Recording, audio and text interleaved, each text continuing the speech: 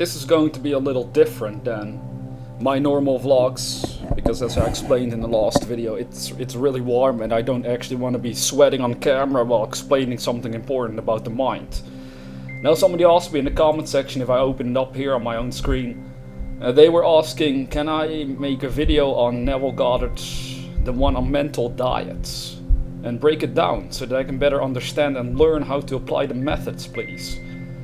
Well, the mental diets that he talks about, the self-conversations that he talks about, because I only read the first line and I was like, oh, I remember listening to this lecture of his years ago. So at first I didn't really understand what mental diets was about concerning his material, but now I recognize it.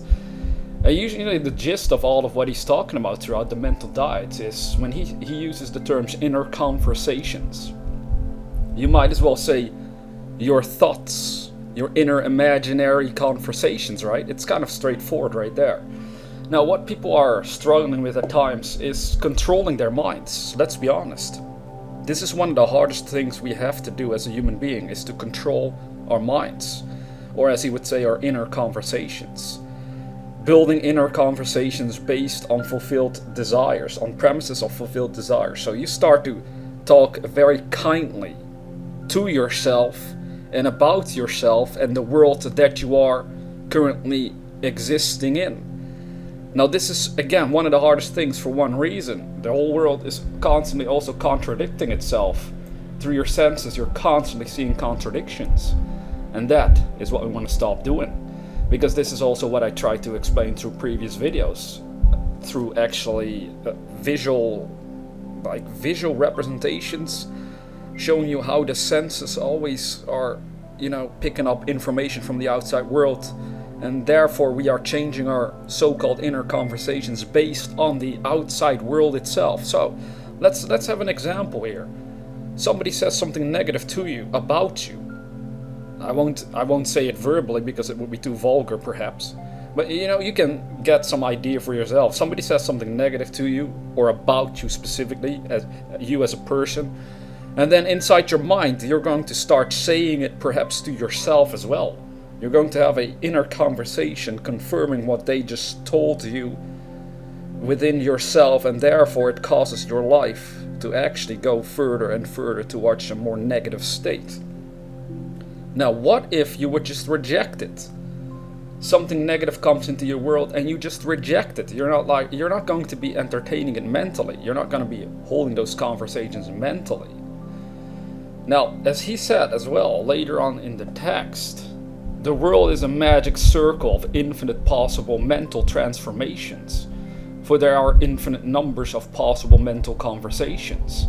When man discovers the creative power of inner talking, he will realize his function and his mission in life. Then he can act to a purpose. Without such knowledge, he acts unconsciously.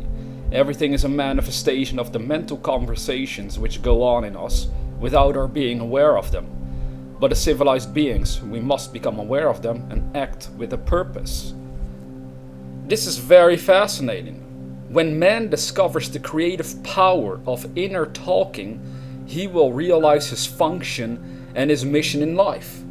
Yes, this is very true, because the way you are thinking and imagining, these are other terms for the same sort of concept, the way you are using your own thinking and your own imagination ultimately determines what you feel motivated to do or not. And if you don't feel motivated to do something, it's clear that it's because you're imagining in the wrong way. It's such a subtle thing again to explain, but this is what I do for myself. Every time I don't feel motivated, every time my life is not improving, I can literally trace it back to the fact that I am not entirely being honest. I'm not entirely being focused on what I want within my own mind. Now, what do you want? That is the biggest question of all in your life, constantly, and it changes around as well. The more you achieve some goal and then you want something else. So what do you really want? That's the question. When you know what you want, well, then you want to apply the mental diet as he would describe it. You would start talking to yourself. I'm thinking about it right now. Let me give you an example from my own goals in life, the way I'm operating my channel.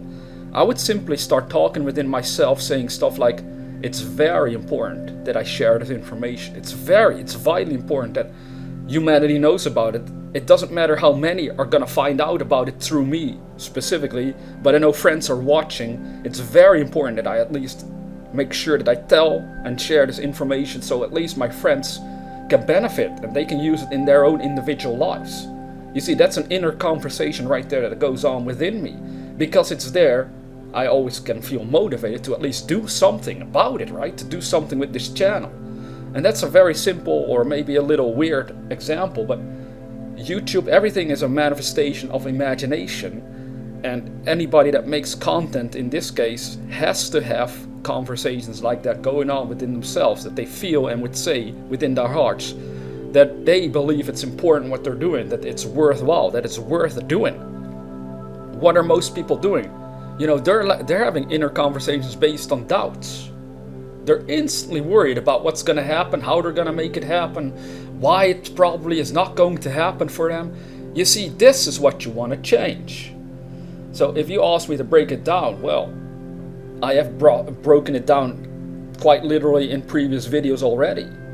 But this, again, is the only suggestion I can give you for this person that asked this question, is figure out what you want and then start talking within yourself in terms of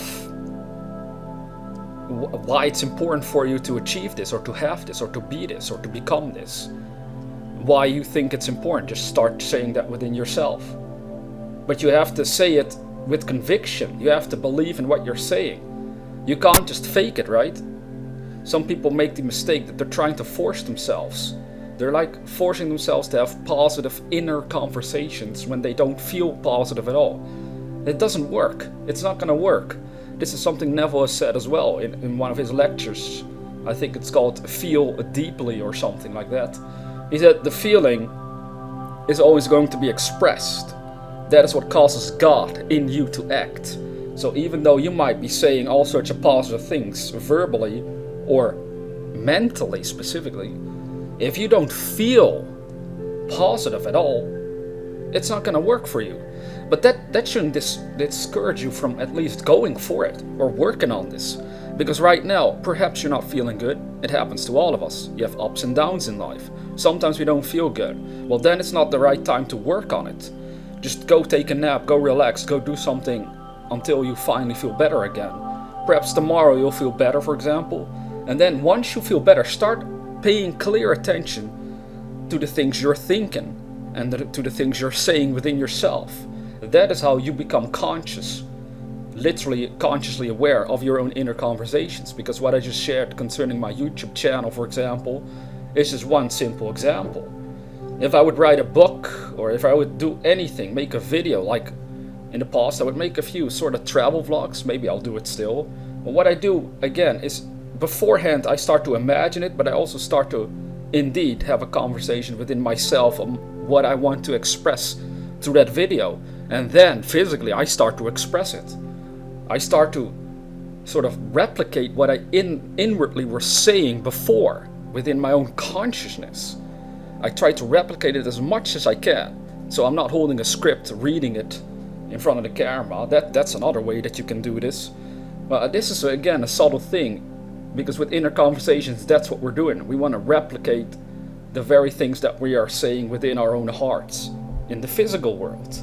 And that's exactly what's going to happen if you speak with conviction, if you believe in what you're saying, if you believe in what you're doing, no matter what the world thinks of it. That's the sort of conviction you need to have. And that is how you change your so-called mental diet. Because the mental diet usually is operating based on current reality. But you want to start having a so-called mental diet. You know, diet? When you eat something, well, you want to start feasting. You want to start eating on good thoughts, on good conversations within your own mind. You're going to talk to yourself kindly. You should. Maybe it's not easy, because if we're not used to it for years on end, it's not easy to just instantly start talking kindly to yourself and believe it.